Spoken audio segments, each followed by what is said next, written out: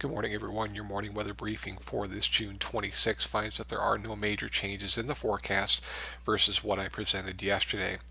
Temperature and rainfall outlooks this morning, still some cool temperatures in the near term before temperatures go to above normal levels, even some much above normal levels across a big portion of the nation for especially June 27th and beyond. Still was unable to find any areas of much above normal temperatures in my 11 to 15 day forecast this morning, but like yesterday, I do believe that eventually I will be able to identify those areas.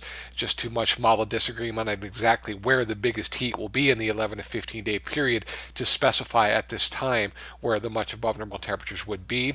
For the 6 to 10 and 11 to 15 day periods, there would still be some rainfall chances in the Corn Belt during both time frames, with both periods featuring a lot of ring of fire activity.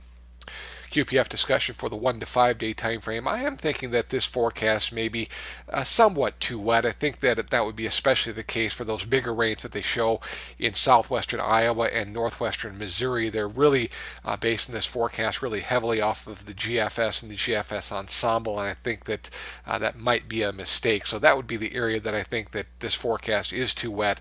I'm not going to disagree with the big rains that they show in Kansas, and let's keep in mind that overall this is still going to be a time frame in which significant rains do fall across a big portion of the Corn Belt region.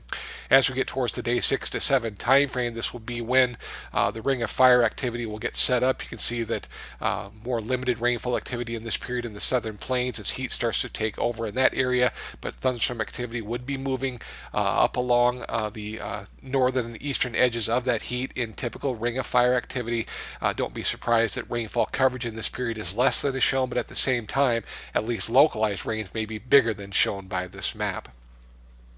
Afternoon high temperatures yesterday, certainly no big heat in the Corn Belt. Overall temperatures running a pretty solid distance below normal across a big portion of the region, but especially in the areas that had highs yesterday just in the 60s.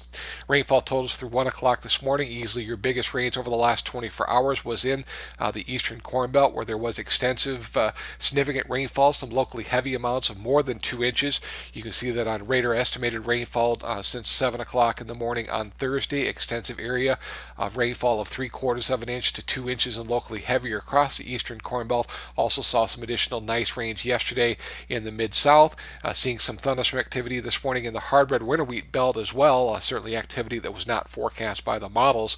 Looking at radar estimated rainfall for the last 2 weeks, again exemplifying the fact that most of the Corn Belt has seen extensive, significant, and locally heavy rainfall during the last couple of weeks. Probably still some areas of maybe eastern Kansas and some sections of Missouri that would still like some more rainfall, but at least they do still have rainfall in the forecast. Let's also keep in mind that any places on this map that are shaded in red or even some areas in the pink are areas that have had more than 6 inches of rainfall during the last 2 weeks, and at this time are probably areas that are dealing with too much in the way of rainfall activity. Early morning radar for this Friday, I should say. Again, notice the thunderstorm activity that is located this morning in the hard red belt. Again, activity that was largely not forecast by the models. You still see a bit of a spin in the rainfall activity across the eastern Corn Belt this morning. Again, indicative of an upper level low that is located in the eastern Corn Belt on this Friday. As far as the near-term rainfall outlook is concerned, I think that your focus of the biggest rainfall for today through the weekend is going to be in the hard red winter wheat belt. With regards to the Corn Belt, still going to be some significant rains in the eastern Corn Belt for today, but other than that, pretty modest rains across a big portion of the Corn Belt for today through early portion of Sunday. Central portion of the Corn Belt could actually see nothing in the way of rainfall during that time frame, but both for the next 24 hours, then again on Sunday, we are looking at extensive thunderstorm activity, some of which will likely be severe in nature across the hard red winter wheat belt, and you can see that the Storm Prediction Center is going for a fairly significant area of enhanced severe weather risk for both of those days. As we get towards the early portion of next week, though, we will be seeing rainfall chances increasing once again for the Corn Belt, and that is again as we see a very distinctive and very strong upper level low pressure system moving eastward across the region during that time frame. There's the position of that upper level low as we get to 7 o'clock in the morning morning on Monday. I look for extensive and significant rainfall to be moving back into the far western Corn Belt for later Sunday and especially for Sunday night, with that rainfall moving slowly eastward across the Corn Belt for the Monday, Tuesday, and Wednesday time frame, with significant, widespread, and locally heavy rains expected during that time frame as that upper level low moves to the east of there. Then as we get towards the middle and latter portion of the 6 to 10 day time frame, it will be ring of fire activity that will once again be dominating the rainfall chances in the Corn Belt. Looking at surface features as of 7 o'clock in the morning on Thursday, you can see some modest hints of thunderstorm activity from the European model, a little bit more activity from the GFS. Note that the European ensemble is kind of in agreement with the GFS and printing out some rainfall chances for the morning hours on Thursday. You can see that all of that rain would be located to the northeast of what would be increasing heat in the southern plains. Kind of a similar situation as we get towards Friday morning of next week. Even the European model at that time indicating some thunderstorm activity, better amounts to the northeast of the heat on the GFS model. Even the Canadian operational showing some of it. European ensemble showing some of it as well. Surface features as of 7 o'clock in the morning a couple days later on Sunday. Really nothing by that time shown as far as ring of fire activity by the European model. I think that it has too big of a dome or ridge of high pressure at that time, so I will kind of be eliminating the European model from the forecast, and I'll talk a little bit more about that in a moment. But note that the GFS operational model, even to some extent from the Canadian operational, certainly even the European ensemble, is still showing some rainfall chances via ring of fire activity as we get towards Sunday morning of next week. So when you look at 10-day rainfall forecasts as a whole, when you consider the rains that are going to be seen in the near term with the rains that are going to be seen from the upper level system moving across the Corn Belt for early next week, and when you consider the ring of fire activity that will likely be seen for middle and latter portion of the 6 to 10 day time frame, it remains a situation where all of the models are in agreement that additional significant, widespread, and locally heavy rains are going to be seen across the Corn Belt during the next 10 days. A lot of disagreement on the specifics. Certainly the GFS and the GFS ensemble are wetter than other models, but all of them do suggest significant rains across the Corn Belt during this period. If I had to pick the area that I think will have the best rains over the next 10 days, it probably would be Iowa and nearby areas, but still a situation where I think that really anyone in the Corn Belt during the next 10 days can see over an inch of rainfall, with some areas seeing 2 to 4 inches and locally heavier rains during that time frame. As far as the temperature forecast is concerned, still a lot of near-term mild or even cool temperatures across a big portion of the nation's midsection. Your temperature anomalies for this Friday, you can see an extensive area of temperatures running 10 to as much as 15 degrees below normal in the central plains and in the far western Corn Belt. That would be indicative of much below normal readings for that area. Still looking at a warm up though for the middle of next week and beyond. High temperature anomalies as we get towards the June 27th time frame. So by Wednesday of next week, extensive above normal temperatures already returning by that time to the middle of the country. Certainly that heat is going to be meaning 90-degree temperatures returning to the Corn Belt, probably in far southern portions of the Corn Belt by as early as Tuesday, and by the time we get to Wednesday, about the southwestern half of the Corn Belt, we'll be seeing 90-plus degree heat, and by the time we get to the following weekend, I would not rule out the chances of 90-plus degree heat really anywhere in the Corn Belt. I'm a little bit hesitant at this point to be talking about extreme heat as far as highs are concerned, because the Corn Belt is going to be a sea of green once this heat moves in, and that type of green landscape is not conducive for a lot of, say, upper 90s and low 100 degree heat. We're also going to be seeing, obviously, a lot of good soil moisture across the Corn Belt at that time as well. So that's also something that is not conducive of a lot of upper 90s and warmer heat, even under the worst of circumstances.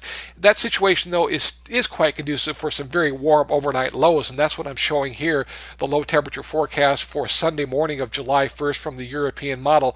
Note the extensive area of 70-plus degree low temperatures for that morning. A big portion of the Corn Belt probably seeing low temperatures of 75-plus. I would not be surprised at all to see several days during the 6 to 10 day time frame in which there are portions of the Corn Belt that struggle to see low temperatures getting below the 80-degree mark. So it is a very good situation as the heat returns for the middle and latter portion of the 6 to 10 day time frame and beyond to see extremely warm overnight lows with low temperatures at 70 plus being widespread, extensive, and quite common during that time frame. Now, looking at the 11 to 15 day period, this is 500 millibars at the very end of the 10-day time frame for 7 o'clock in the evening on July 1st. I mentioned earlier how I'm disregarding the European model by that time, and generally speaking, I'm thinking that it has too much of a ridge of high pressure, even dome of high pressure at that time. It really is very impressive. Note the 594 heights that it is showing by late in the day on July 1st across the eastern Corn Belt, but note that the European ensemble would have that dome both further east and a lot weaker in nature. Note that it would have much more of a flow, of a jet stream flow into northwestern portion of the Corn Belt at that time, a lot more conducive what the GFS ensemble is showing. So in general, I'm disregarding that extreme look of the European operational model at the end of the 6 to 10 day time frame. You may hear some talk about that in the marketplace today about how extreme it is with the dome and how extreme the heat would be with that. But again, I'm kind of disregarding this morning that European operational model and am going for a more moderate solution indicated by the European and GFS ensembles. Clearly, both of those models would be very warm or even hot, but just not the real extreme heat indicated by the European operational model. When you look at both the European ensemble and the GFS ensemble as well, you would be seeing a jet stream flow across northwestern portion of the Corn Belt at that time that I would think would keep at least northwestern portion of the Corn Belt in ring of fire activity with regards to rainfall at that time. And then as we go towards latter portions of the 11 to 15 day period, note that we see the ridge or dome of high pressure really retrograde or move westward. Again, notice where that ridge of high pressure is located at as we get towards the early portions of the 11 to 15 day time frame, way in the eastern portion of the nation. But as we get towards the latter portion of the 11 to 15 day time frame, notice how that ridge of high pressure has really retrograded and moved to the west, so that by that time, instead of a jet stream flow in northwestern portion of the Corn Belt, we have more of a jet stream flow in northeastern portion of the Corn Belt. Make no mistake that the entire 11 to 15 day time frame is going to be featuring temperatures easily above normal across the Corn Belt, if not much above normal, with extensive 90 to 95 plus degree highs throughout that time frame.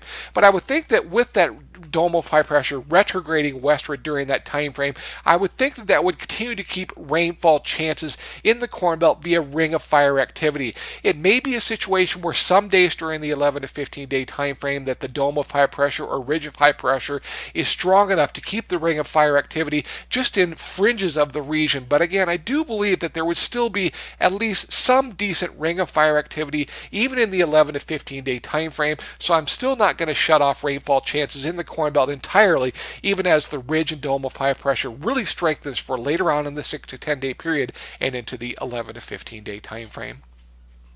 Internationally this morning, still a drier than normal weather pattern for Western Europe during the next 2 weeks, and still a situation where we will see continued completely dry weather in France for another 10 days. A southeastern section of Poland south, we're looking at nice rains during the next 10 days, and that would be especially significant rain and very welcome rain for Poland. For the western winter grain and summer row crop areas of the former Soviet Union, overall the forecasts will continue to believe that it is just a little bit wetter today than it was yesterday. Note that we are looking at above normal rainfall during the next 2 weeks across central and western portions of Ukraine, into Belarus and western portion of Central District. A lot of that rainfall occurring during the next 10 days, especially in the 6 to 10 day time frame. I think that area could be seeing some wonderful rainfall amounts, 1 to 2 inches or even heavier than that during the next 10 days. It won't be nearly as much though to the east of there. Note that as you go further east in the summer row crop areas, that we are still looking at below normal rainfall during the next 2 weeks, and generally speaking looking at above normal temperatures, especially across that drier area during the next 2 weeks as well. No change for the spring grain areas of the former Soviet Union, extensive and locally heavy rains there during the next 10 days. No changes in China. Wonderful rains going to be seen all across the corn and soybean areas of China. That rainfall evenly spread out across Manchuria during the next 2 weeks. Rains really picking up by the time we get to Monday across the North China Plain. Canadian prairies look to be returning into rainfall for especially Saskatchewan and Alberta during this weekend period and continuing throughout the rest of the 10-day time frame, a situation where we should eventually see some very nice rains across especially Alberta and Saskatchewan. Eventually should be seeing some of that rainfall getting into Manitoba, though most of that rainfall not occurring until latter portions of the 10-day time frame. In Australia, I will consider my forecast to be a little bit wetter in Australia yesterday. Pretty indecisive forecast, I will admit, that I presented yesterday, but I think that I have to be going for some rainfall in the forecast for Australia with today's outlook. It is going to be dry there for today through Monday, but some rainfall working into both Western Australian wheat areas and also the wheat areas of New South Wales by the time we get to around Tuesday. And both areas could be seeing fairly decent rains in the 6 to 10 day time frame before all of Australia once again dries out for the 11 to 15 day period. In India, with regards to their monsoon, pretty good monsoonal activity for the next 10 days, but it will be weakening again in the 11 to 15 day time frame. That's all I have for this Friday. Everyone have themselves a good weekend, and we will talk to you again on Sunday.